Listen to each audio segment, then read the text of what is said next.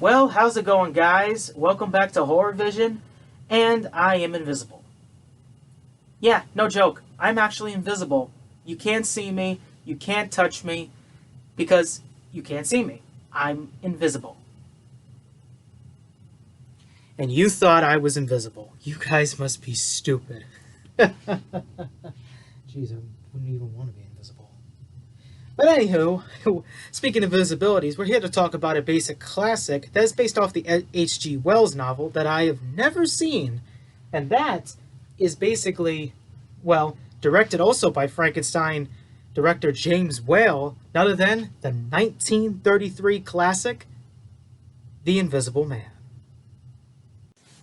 Released by Universal on November 13th, 1933, Claude Rains plays Jack Griffin, the Invisible Man, a scientist who learned that he could turn himself invisible. However, he can't turn himself back, which drives him mad and insane. This episode is more or less about Jack Griffin doing something what I would call RWK. What does that mean? In the words of Jack Griffin, it's basically rob, wreck, which he's been doing quite a lot lately, and the most important one, kill. And he's been using that to actually get an advantage of either transforming himself back or making an invisible army, as his crazy side would say. This movie is got to be one of my most favorite horror movies of all time because of two reasons. First off, it is a comedy relief. It is a comedy horror. Probably one of the first comedy horror movies I've ever seen. That has got to be hilarious. It's hilariously fun, and it makes me smile every time I see it. The second, the special effects. These are not even computers. No CGI, no stop motion, just primitive optical effects, which in my eyes, not by Google's eyes, for me at least, is mostly putting some type of practical effect, say maybe somebody smoking a cigar, and making it levitate on the screen. I think that's kind of like how it is, because mostly when things levitate on the screen in this movie, or open and a mistake, it's mostly just a little string that you can't see. But in this movie, these optical effects you can tell are fake, but they actually, in my opinion, beat CGI. Yeah, I know people like Frozen, Toy Story, and I still do, but come on, these effects are mind-boggling and great. I love them. The only problems I have is, well, Una O'Connor, who plays one of the bar owners, literally she is basically the parrot raper of, like the ear raper of movies. She is loud. Also the cops. Some of them are very dumb. But I do like how everybody bangs up together to stop Jack Griffin at his tracks.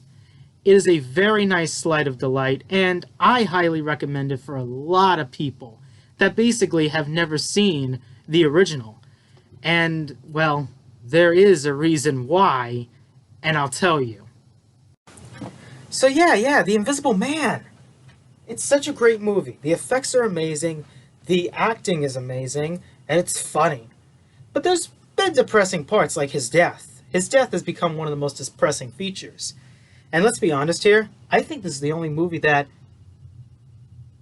Well, let me put this way. Women in the 30s have basically no good acting. They put her as basically the pretty thing. Kind of like a decoration, you know? They're just supposed to stand there, be the centerpiece of the background. That's what women were back then. Nowadays they got more screen time like Terminator and Alien and Halloween and mostly also Texas Chainsaw Massacre.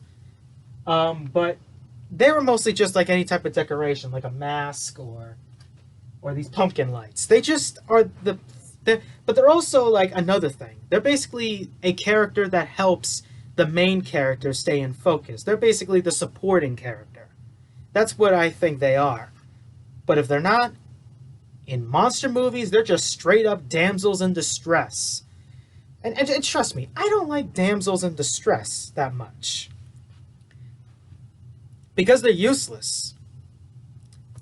At least make them fight back instead of just, I don't know, lightly tapping on their shoulders like this.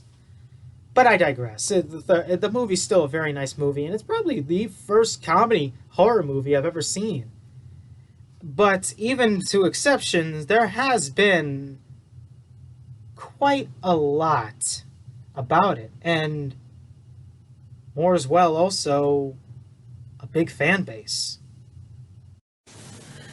Now, I haven't seen the remade version coming that went out this year, but as I heard, it was a very creepy horror movie that actually built up the suspense and drama of a person invisible becoming a stalker. But to most people's eyes, if they hadn't seen the original, well, there you go. I highly recommend the original and possibly the remake if I ever get the chance to